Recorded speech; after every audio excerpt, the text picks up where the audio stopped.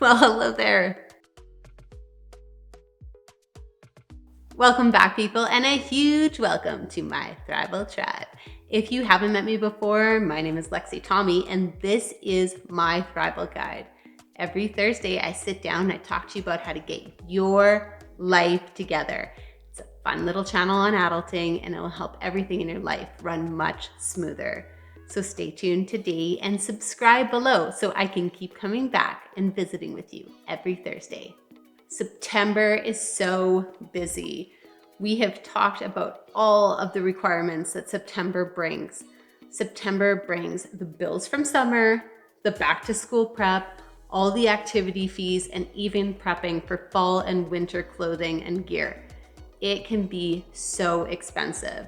It's hard for families. It's hard for budgeting.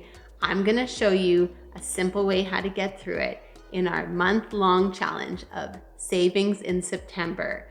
It is full of challenges, new ideas, money-saving tips, and how to take that money, set it aside to plan for reduction of the money fluctuations that you experience day to day, week to week, and throughout the year. So if you have not seen the other videos of this month, go back and binge watch them. I promise you, it's like a fun little series that's gonna keep you motivated, put you on the right course, and keep you going. Today's video is great family savings ideas that will help you day to day save big time coin. Now, the ideas that I'm talking about are ways to save money without impacting your day to day regular lifestyle choices.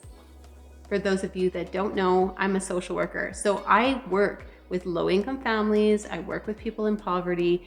I know the topic very well. I want to let you know, social work and life have opened my eyes completely up to a new reality. There are so many families out there living paycheck to paycheck with no end in sight.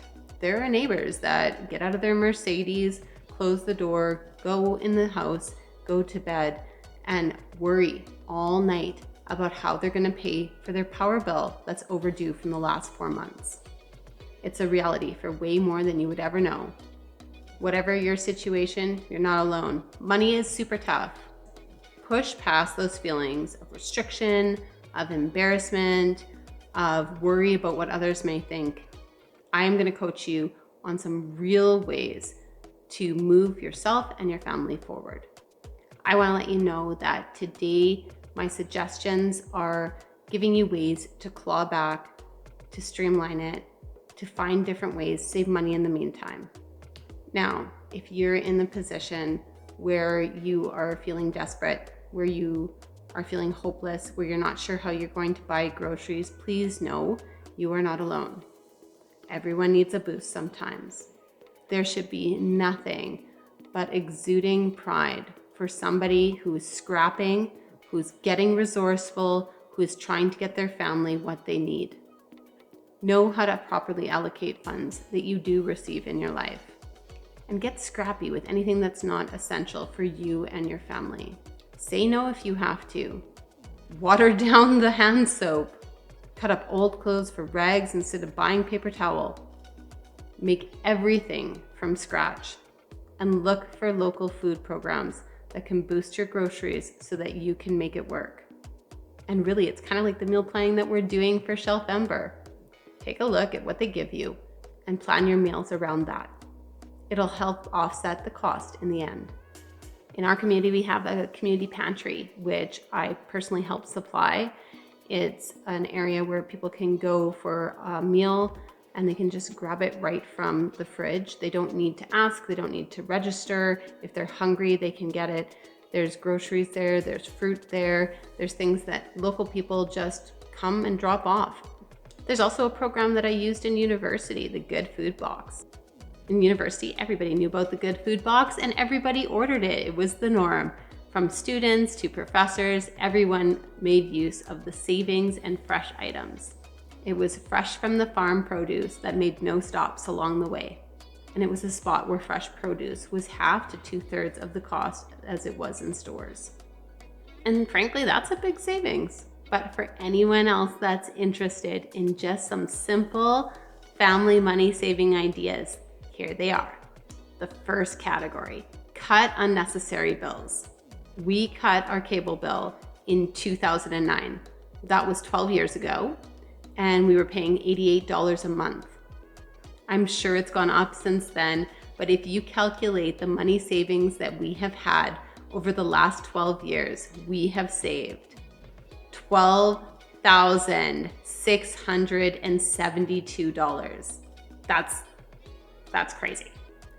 Next, we do what most people do. We pay for a streaming network like Netflix, but we don't subscribe to all of them. We just subscribe to one or two at a time. So maybe it's Netflix and Amazon Prime. Maybe it's Amazon Prime and it's Disney.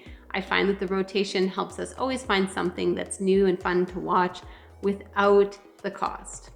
Number 3 in big money saving ideas is keep note of all of the things that you are subscribing to month after month. Set a reminder on your phone to check in. Maybe it's the 25th of every month. Your reminder goes off and you check on your phone to see what you're still subscribed to. It's shocking how many things you thought you canceled and didn't, or that you canceled and all of a sudden somehow were reinstated, or things that you thought that you were going to use and you really didn't and you should cancel. I have caught 2 apps recently that I thought I canceled, and I had documentation that I canceled, and somehow they didn't get the message. So it ended up costing me $60. $60? That could be my groceries for the week. I bulk meal, so that could legitimately be my groceries for the week. Number 4, stay up to date on your regular bills as well. You can bring down those power bills by switching to LEDs, or just plug into the neighbors. I'm just joking. But check in regularly to make sure that you are making the most of what you're buying and knowing how to bring it down if it's getting out of control. Knowing how to regularly reduce the cost of your utility bills will save you big time money in the long run. Number 5, practice sustainability wherever you can. Maybe it's collecting rainwater for watering your plants and your grass. When we had a cabin as kids, we would collect rainwater in the dishpan, and then we would do the dishes in that water. It was fun. It was cabin life. It's something I remember as like a childhood fun memory. Or my mom would send my sister and I out at the cabin in our swimsuits with shampoo and conditioner to wash our hair. It was so fun showering in the rain. I find it something that I remember. I was just talking to my sister the other day. She remembers it fondly too. And we found out that both of us have done it with our kids as like a little fun childhood tradition. Sustainability can happen in so many ways. I use rags instead of paper towel. I do not buy facial tissue unless we have a cold. I use reusable facial pads to take off my makeup, to clean my face, to do my face products. And I find that they work 10 times better. They'll have like an exfoliating side. My skin feels nice and smooth and actually clean. Make your own laundry detergent. Have you ever seen this? I started making my own laundry detergent many moons ago. It would cost me like $20 to make the laundry detergent I needed for the whole year. Category number 6, plain use less of things. In our household, we're meat reduced, so we use less meat. It's not that we don't eat it, we just use less of it. So our meals have resulted in tasting fresher and we feel better after eating them. I use less soaps and I make natural alternatives instead that cost us pennies throughout the year. If I do use liquid laundry detergent, I use half of the recommended amount. And if you have ever watched laundry videos on people who actually know how to do laundry, it is amazing. The soap actually is what's sticking to the fibers and it's causing deterioration of those fibers. Your clothes will last longer by using less. Category number 7, focus in. Focus in on planning your groceries and your meals. Your grocery list will be cut in half. Plan on facilitating a bulk freezer meal making session. It's going to help you save money by buying in bulk, by using your time wisely, by having fresh meals available in the freezer, ready to go, and reducing takeout costs. Focus on ordering things through an ordering app or through Amazon, things that you can buy one item instead of going to the store and shopping for sport. Focus on shopping only a few stores that have great points incentive programs. I use Costco and Superstore for the bulk of my needs, and I find that the points accumulate quickly and I'm able to use them to defer all of my regular necessities. My Costco membership is the executive membership, so it actually was free with how much I shop there, and I was bonused with a check at the end of the year. My Superstore PC Insiders membership has actually been a really good program to join too. Every purchase that I make, I get PC points, I get points towards groceries or health needs or makeup products, things like that. But I also get free pickups for my grocery orders, which save me money. It also saves me money that I'm ordering my groceries so that I don't have to have impulse buys. They send regular coupons and my points accumulate much faster. I use my points to cover my freezer bulk meal expenses. Number 8, I replaced things. I used to have a gym membership, but once that gym closed down during COVID, I found that I replaced it with free YouTube videos and a workout machine. Has anybody checked out Fitness Marshall? I love that guy. So much energy, so motivating, so fun. The music is awesome, and I enjoy it so much. I found that it keeps me healthy and that my children enjoy doing it with me. And in spring and summer and fall, our family handles their fitness needs by walking. I like to walk to go get my son from daycare. I like to bike to work. They're all things that are options for me that I find quite a lot of enjoyment in. It's connection time with my spouse and my kids, and it's enjoyable for our whole family. Find it hard to find a babysitter? Find a girlfriend with kids of similar ages and do a babysitting swap night. It can be a lot of fun. I've done it before where I took Friday and I went over when our kids were sleeping and I just sat and binge watched Netflix while her kids were in bed.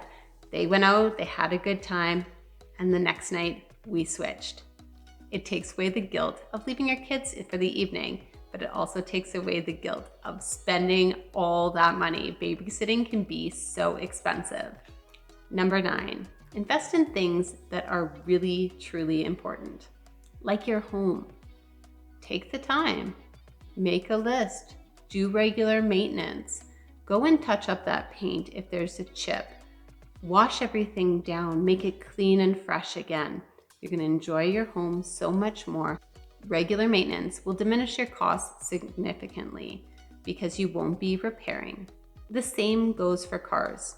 Regular maintenance means you may not be dragging it in once it's broken. Category number 10, learn to do things yourself. There is a thing called the internet. YouTube tutorial videos. Anything that you could want to learn or do, you can learn there. There should be almost no reason to pay for services anymore, unless it's something for enjoyment. If you need to learn how to do your nails, figure it out. Take a YouTube video. Order the supplies that cost a fraction of the cost of going out and getting just one set done. I learned to cut my own hair. It was a super challenge. Let me tell you, I have super thick hair, but I found that going for a haircut over and over again could sometimes cost me $250. It was outrageous. So I learned to do it myself. After a couple of haircuts where I wasn't really sure, I have super long hair. I just cut 7 inches off myself. I just want to give you a look at that. I'm not perfect. I am still learning, but I think pretty darn good for layering curly hair. I would have gone to the salon and paid at least $200 to have my hair cut. And it may or may not have fallen the way that I like. It may or may not have been the way I like. I've kind of learned over the last couple of years of playing hairdresser on myself, where to cut the exact layer, where I want it to hang, how to cut it so that it doesn't look like a blunt cut. They're all YouTube tutorials that I have watched that showed me how to do just that. And when you have 7 inches to cut off, try just cutting off 3. If you screw up, go to the hairdresser. You've lost nothing, and you can get that extra 4 cut off. So cutting my own hair has actually cost me $260 a year. I save another $420 cutting my son's hair and another $120 cutting my daughter's. That totals $800 for the year. My husband is a total car buff. He watches YouTube tutorials if he needs to learn something, but a lot of it comes from trial and error and figuring it out. He is great at it, and he has saved us so much money over the years, I can't even calculate. Doing things on your own can be a real benefit. It can turn into your hobby, but it can also save you big time money. The next category are things that are super simple to replace if you just get into the habit and know-how of how to make them. Making your own bread instead of buying it. Making meals instead of ordering them. Legitimately, learn how to cook.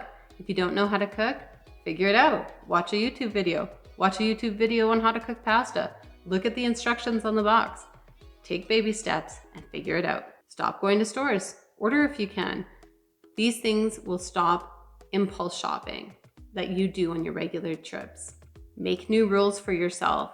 Maybe you order online regularly. Instead of pressing go, make a rule that you have to wait 3 to 7 days before completing that purchase. You'll find so many items were impulse and you just end up deleting them. For category number 12, do things differently. Hang your laundry instead of drying it in the dryer. Instead of taking your children to indoor play dates, arrange a play date at a local park.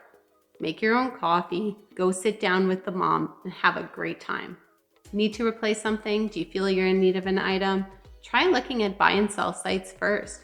It's amazing what you can find on there. The stuff is not necessarily used. There's a lot of people that have bought something or have been gifted something that they never used to begin with, and the item is brand new. It saves you the taxes, it might save you some on the price, and you can get the item for so much less. Haven't changed gift giving in your family yet? Change the game. Ask them for gift cards to places that you use regularly. For any of my family listening, I love Costco. I love Winners. Those are things that I use regularly and I just love them. But maybe it's your favorite hair salon. Maybe it's getting your nails done. Things that would reduce your costs day to day could be a gift as well. Some people think gift cards take the meaning out of the gift. I think it adds to it. My perspective is totally different. I see that person investing in an adventure for you, in an experience that you wouldn't normally get. Category 10, change habits. Our first home was a block away from a convenience store, and it was too convenient. If we needed bread, sometimes I would walk across the street and I would buy bread from the convenience store 3 times the price. And you think that that wouldn't add up, but I'm going to tell you, when we lived in that house, I averaged it out. We spent $90 a month just at that convenience store. It was shocking. Category number 11, buy and sell sites. I'm gonna make it super simple, people. Identify what you no longer use or you no longer need, advertise it for sale, and reclaim your money. Category number 12, you may find that thrill seeking has a different meaning. I love a good deal. So I love to go thrifting. It's fun to go out and find something that is not necessarily new, that does not clutter up the environment, and that you can get for a great deal. In my area, we have a few really posh thrift stores that hold high-end items that you can buy for a fraction of the cost. Do you have clothing with the tag still on them? go ahead and bring them to those consignment shops. Reclaim your money, feel good about what you're doing, and get the savings back. And I want you to look back at some of the fun times that you had in your life, other than the tropical holidays. I want you to think about the fun times that you remember. How many of your beautiful memories cost nothing at all? Laying on a beach with your feet in the sand, the sun hitting your face, that time and second of relaxation. Maybe it's going for a walk. Maybe it was going down the snow hill with your kids, or enjoying an evening by the fire with your spouse. Memory making doesn't have to cost a thing. Saving money doesn't have to be about deprivation. It can be focusing on what you love and engaging in it. You may find that with some of these simple tips and tricks, you may fall in love with actual life instead of material objects. If this video helped you, let me know in the comments below. Like and subscribe so I can keep coming back every Thursday with fun tips and tricks for you. I want to thank you for stopping by and investing in yourself, in your day, in your life. Welcome Thrivers to my Thrival Tribe. We'll see you soon.